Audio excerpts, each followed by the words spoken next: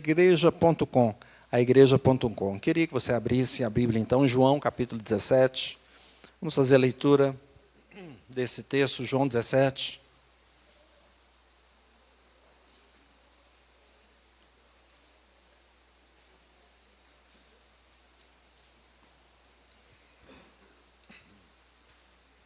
João 17, nós vamos ler o versículo 18. Versículo 18. João 17, 18. Vamos ficar em pé mais uma vez? Vamos ler juntos esse versículo, versículo 18. João 17, versículo 18. Diz assim a palavra de Deus: Assim como tu me enviaste ao mundo, também eu os enviei ao mundo. Só os homens agora. Assim como tu enviaste ao mundo, também eu os enviei ao mundo. As mulheres. Assim como tu me enviaste ao mundo, também eu os enviei ao mundo. Glória a Deus. Maravilhoso Senhor, te agradecemos pela tua palavra e pedimos a tua instrução neste momento. Abençoe que teu Espírito Santo use o teu servo para trazer meditação do Senhor nessa manhã. E abençoe os irmãos que estão aqui, que ouçam, recebam e cresçam, sejam edificados. Também os que acompanham essa transmissão, para a honra e glória do teu nome. Oramos em nome de Jesus. Amém. Podemos sentar, meus irmãos? Meus irmãos, indo direto ao ponto, igual a internet, a velocidade da internet, esse ponto aqui, esse texto aqui, o Senhor está enviando os seus discípulos da mesma forma que o próprio Filho de Deus foi enviado, com a mesma missão. É a mesma missão que nós temos, que os discípulos tiveram, que nós temos. O versículo anterior diz que os discípulos deveriam ser santificados na verdade, e assim deveriam exercer essa missão, esse evangelho na terra, de forma santificada, separada. Isso se aplica principalmente no tema que nós estamos tratando hoje, que é a igreja na internet, a igreja.com.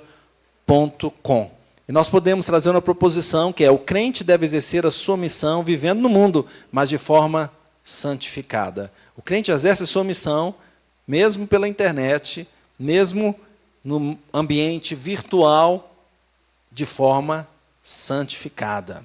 E como a igreja pode usar, então, a internet? Como o crente pode usar a internet? Se mantendo separado, se mantendo santo. Em primeiro lugar, anunciando o evangelho nas mídias sociais. Vamos dizer isso? Anunciando o evangelho nas mídias sociais. O texto disse: assim como tu me enviaste ao mundo, também eu os enviei ao mundo. Então veja que nós somos enviados, os discípulos foram enviados e nós também fomos enviados. Nós conhecemos a história de Simon e seu ministério aqui no Brasil, na implantação da igreja presbiteriana. E uma das coisas que ele fez foi criar um jornal, uma imprensa evangélica que precisava divulgar a palavra de Deus pela nação. E o Brasil é pequeno, não é? É enorme o Brasil.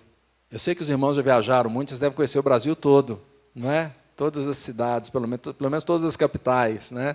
É muito grande o Brasil, e ele ficou pensando: como eu vou fazer para evangelizar esse país desse tamanho?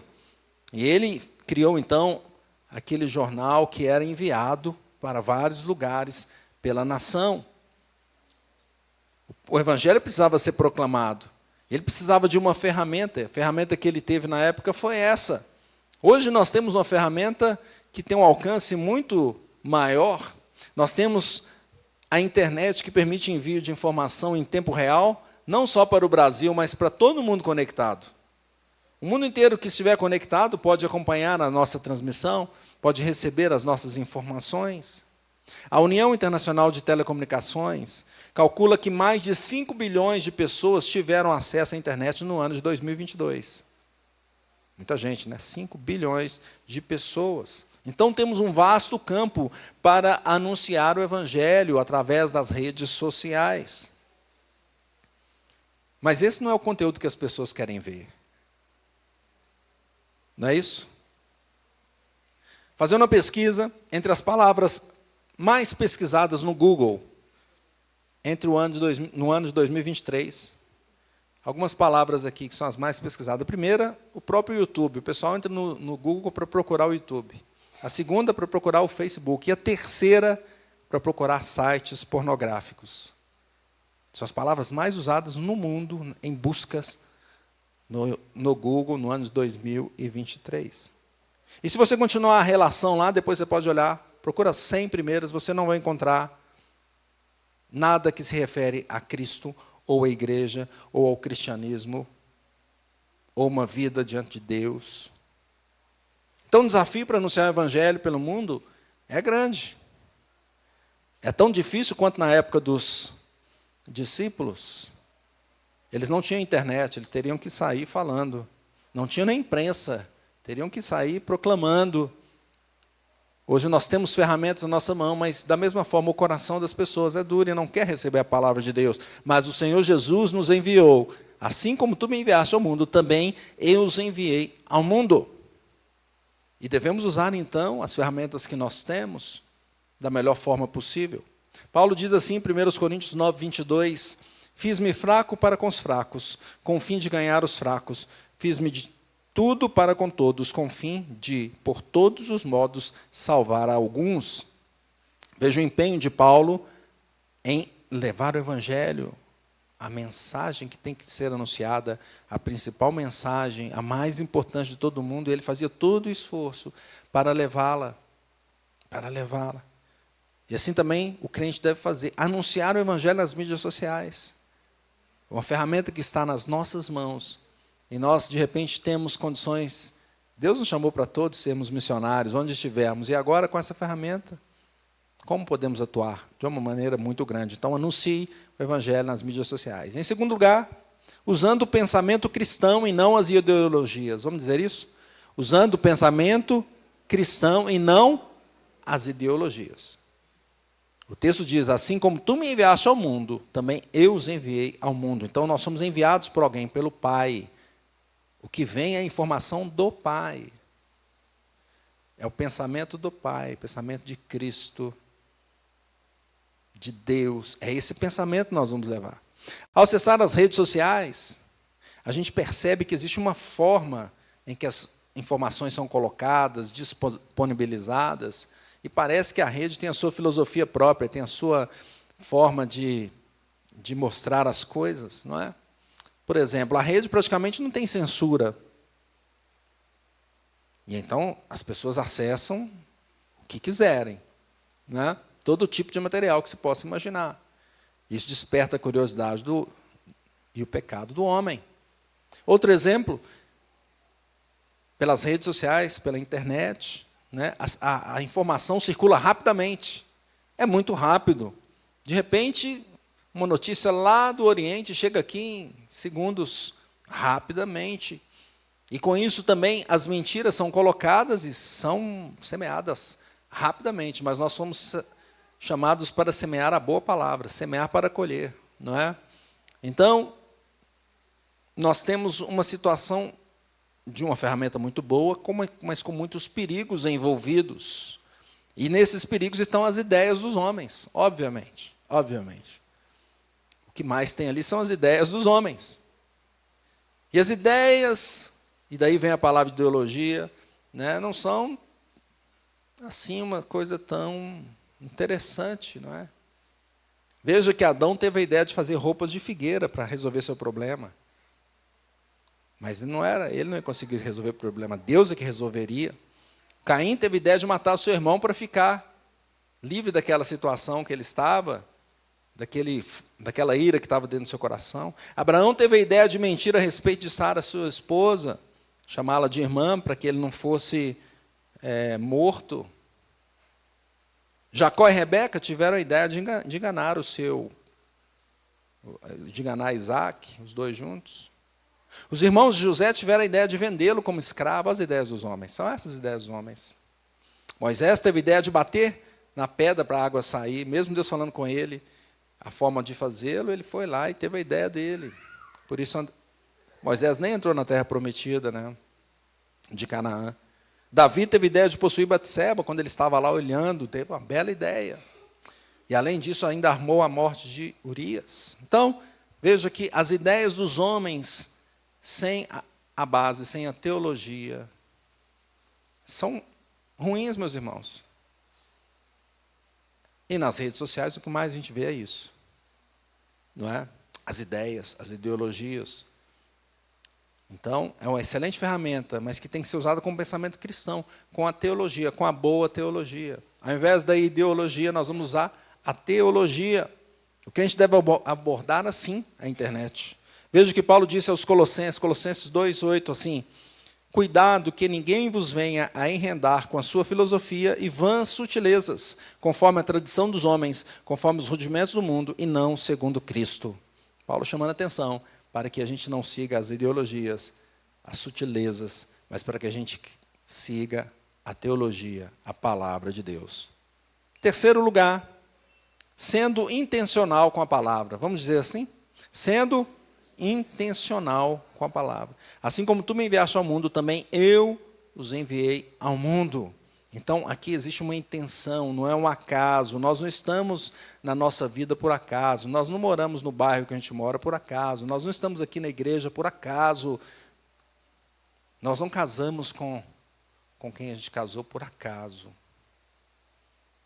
Não existe acaso. Existe uma intenção de Deus em nossa vida. Da mesma forma, nós devemos ser intencionais com a palavra de Deus. E a melhor forma é usando o quê? A própria palavra. A gente usa a própria palavra. Muitas vezes a gente quer ser na rede social, ser originais, não é? Ah, não, eu quero colocar alguma coisa aqui que alguém nunca fez. Não é? Para se destacar, para chamar a atenção. Não são assim os vídeos? As informações que vêm, cada um tentando ser mais inovador do que o outro, procurando a inovação, e a gente aí fica refém da inovação. Porque se você conseguir uma inovação, todo mundo deu like, a próxima inovação tem que ser melhor ainda, não é? E assim nós vamos nos perdendo. Mas Spurgeon diz o seguinte: o evangelho é como um leão enjaulado. Não precisamos defendê-lo, só precisamos deixar que saia da jaula. Spurgeon está dizendo assim: só abra a jaula, só fale a palavra, deixe a palavra agir. É ela que muda o coração, é ela que age. A palavra de Deus é poderosa por si própria.